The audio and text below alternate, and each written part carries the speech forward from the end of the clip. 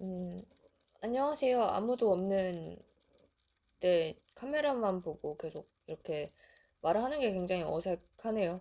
저는 한 번도 이런 경험이 없어서 계속 연습을 하다가 결국 호기심 채로 영상을 시작하게 되었습니다. 본 채널 개설 목적은 사실 그냥 제 공부 목적인 거고요. 다른 목적은 없습니다, 따로. 저는 지금 제 소개를 간략히 하자면 취준생이고요. 나이는 2022년 기준으로 28, 그리고 성별은 여자입니다. 그리고 2, 3주? 아니지. 3, 4주 전까지는 뭐 초기 스타트업에서 개발자로 일을 했고요. 주력은 안드로이드 개발인데 회사 사정상 2년 정도, 아니지? 1년 반 정도 백엔드와 그 인프라, 유지 보수 같은 거를 제가 도맡아서 관리를 했고요. 그리고 뭔 얘기를 할까요? 제 스펙 같은 거를 말씀을 드리자면 저는 문과생입니다. 고등학교도 문과 나왔고 대학교도 문과 물리대 신문방송학과 나왔어요. 신문방송학과는 옛날 이름이긴 한데 학교까지 말을 해야 되나? 저 학교는 이화여자대학교 나왔습니다. 커뮤니케이션 미디어 학부라는 데 나왔는데요. 거기가 이제 구신문방송학과라고 보시면 되겠습니다. 그러니까 코딩하고는 그닥 관계가 없는 삶을 20대 초중반까지 살았고요. 제가 개발을 시작하게 된 경위는 2016년에서 2017년까지 코인 투자 광풍이 불었었던 걸로 기억하는데요. 그때 저도 그 투기판에 뛰어들었고 계속 투자를 하다 보니까 빗썸이라는 회사에서 인턴을 해보고 싶었어요. 그래서 이것저것 찾아보니까 개발자라는 직업이 있더라고요. 그러니까 그 프로그래밍 언어를 이용해서 코인을 만든다고 저는 그때 프로그래밍 언어라는 존재를 처음 알았습니다. 거의 그 정도로 개발에는 완전 문외한이었던 사람이고요. 하여튼 그래서 그 관심이 있어서 학교에서 개설된 파이썬 프로그래밍 그거를 들었어요. 근데 뭔 소리 하는지 몰라서 드롭을 했고요. 그리고 두 번째도 포기를 못해서 컴퓨터공학과, 그러니까 저희 학교는 아마 소프트웨어 학인가 그거일 거예요. 거기에 자바 프로그래밍이라는 2학년 학부생들을 대상으로 열리는 강좌가 있어서 신청해서 들었는데 역시나 뭐 알아들을 수가 없어서 그 드랍을 했습니다. 그리고 2018년 2학기 때는 독학을 한번 했어요. 그때 그 독학했던 책이 윤성우의 C 프로그래밍이었나? 뭐 같은 그런 책이 있었어요. 그 책을 보고 C 언어를 공부를 했습니다. 그리고 2018년 2학기 때 진짜 겁없이 C 언어 그리고 운영체제 네트워크 데이터베이스 그렇게 뭐 하여튼 여러 가지를 한꺼번에 신청해서 들었어요. 중간고사까지 진짜 피눈물 흘리면서 막 따라가려고 했는데 중간고사를 운영체제 빼고는 다 정말 시원하게 조졌습니다. 그래서 학점이 그렇게 좋지 않았거든요. 제가 4년 내내 그냥 좀 놀자판으로 학교를 다녔어가지고 제 기본 학점도 좋지 않은데 이 성적까지 더하면 와, 내 학점은 2점대로 떨어지겠구나 싶어서 그냥 드랍을 하고 2019년에 휴학을 했습니다. 휴학을 하면서 저는 독학을 했어요, 또. 정신을 못 차리고 그때 그만뒀어야 되는데 뭘 독학을 했냐.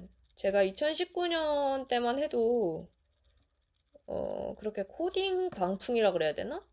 6개월이면은 문과생인 너도 네크라쿠베 갈 수 있어. 이런 마케팅 그런 게 없었어요. 노마드 코더 뭐 이런 유튜브도 없었고요. 저에게 유일한 선택지는 그 인도 선생님 유튜버. 음, Hello everyone. Today we are going to learn 뭐 this project 뭐 이렇게 시작하시는 분들 있잖아요. 그런 것들 봤어요. 그 코드를 그냥 베꼈습니다. 네, 뭔 소리 하는지도 모르고 베꼈는데요. 제가 안드로이드를 왜 시작하게 됐냐면요. 그분이 안드로이드를 가르치셨어요. 그래서 안드로이드를 하게 된 거예요. 별 계기가 없습니다. 특별한 계기가 없고요. 그렇게 그냥 그대로 그분이 알려주는 거를 따라쳤어요. 따라치고 깃허브에 올렸죠. 그리고 잡코리아에다가 그냥 등록을 해놓고 깃허브 URL도 올려놨어요. 그랬더니 웬걸? 제가 그 당시에 25인가 그랬거든요. 근데 그 SI 중소 있잖아요. 거기 7개인가 8개인가 그 업체들한테 연락이 온 거예요. 그래서 한 분은 전화를 해서 다짜고짜 웹 프로그래머, 그러니까 웹 프론트엔드 개발로 들어올 생각이 없냐고 그래서 저는 웹 프론트 모르는데요? 이랬더니 들어와서 배우라는 거예요. 그래서 뭔가 좀 이상하다 싶어서 그냥 스킵하고 두 번째 회사는 스타트업이었어요. 근데 블록체인 스타트업이었는데 갑자기 고랭을 배우래요. 저는 자바도 못하는데. 그래서 여기도 좀 뭔가 문제가 있어 보인다 하고 저는 안드로이드를 필요로 하는 회사로 갔어요. 근데 제가 안드로이드를 할 줄 모르는 거잖아요. 그러니까 아무것도 없고 경험도 일천한 상태에서 2개월 정도 코드를 따라치고 입사를 한 거예요. 어이가 없죠? 네, 저도 어이가 없다고 생각합니다.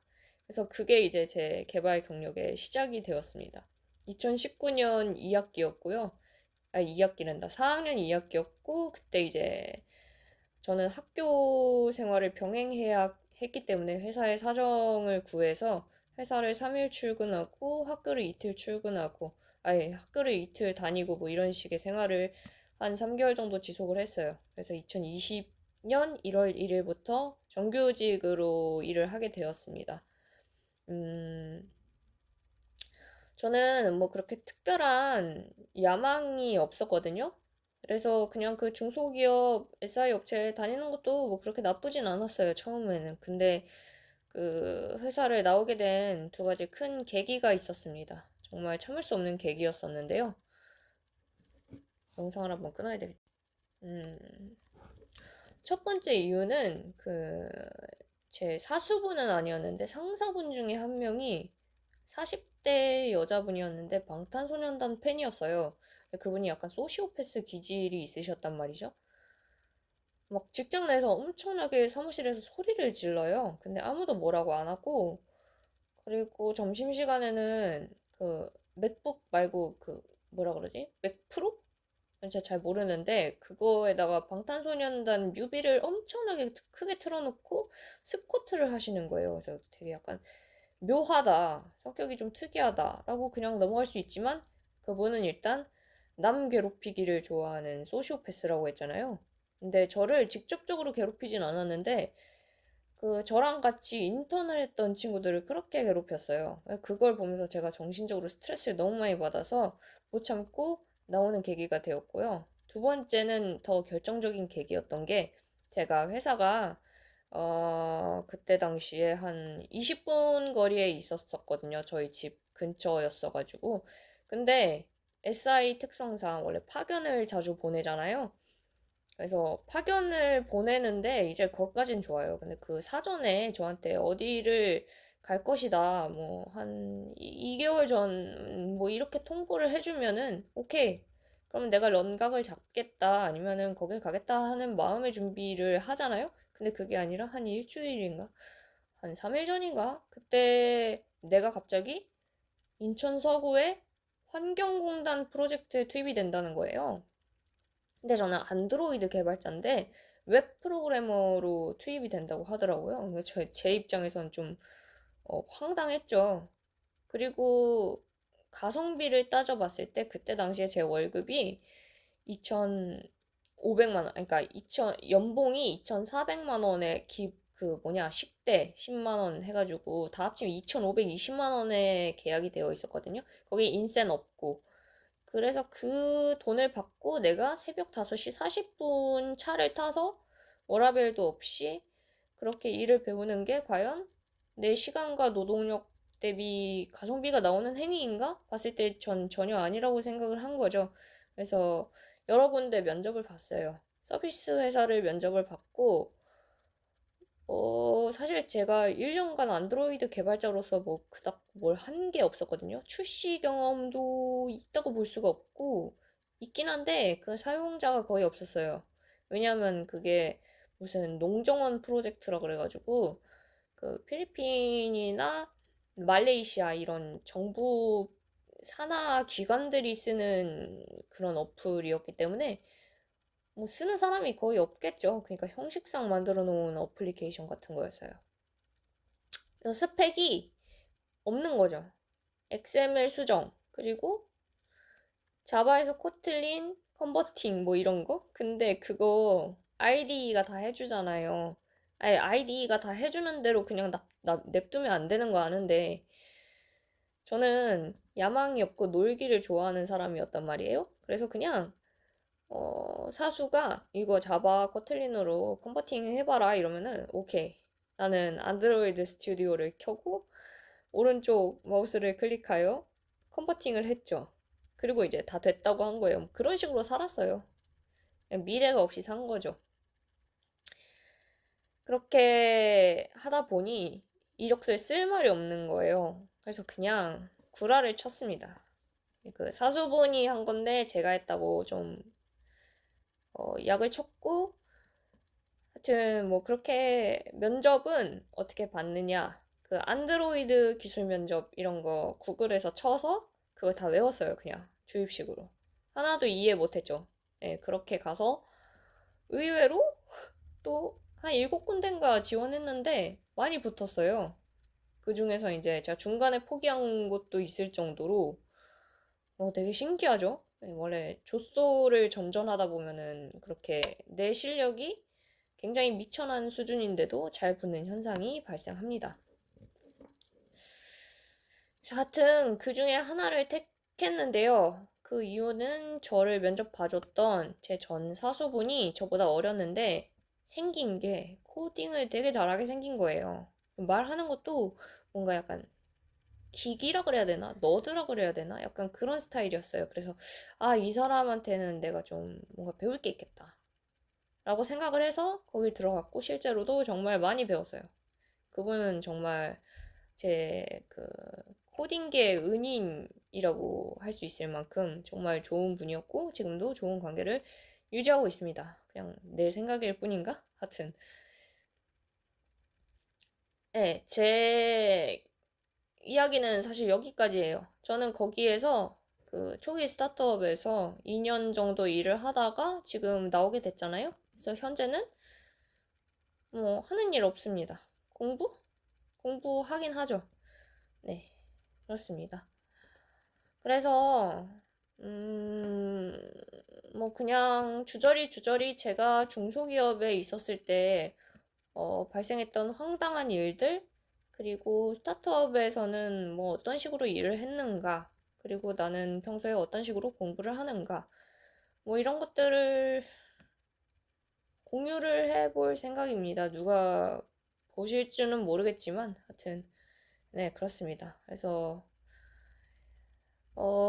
이렇게 길지만 쓸데없는 영상을 끝까지 들어주셔서 감사해요. 여기까지 하겠습니다.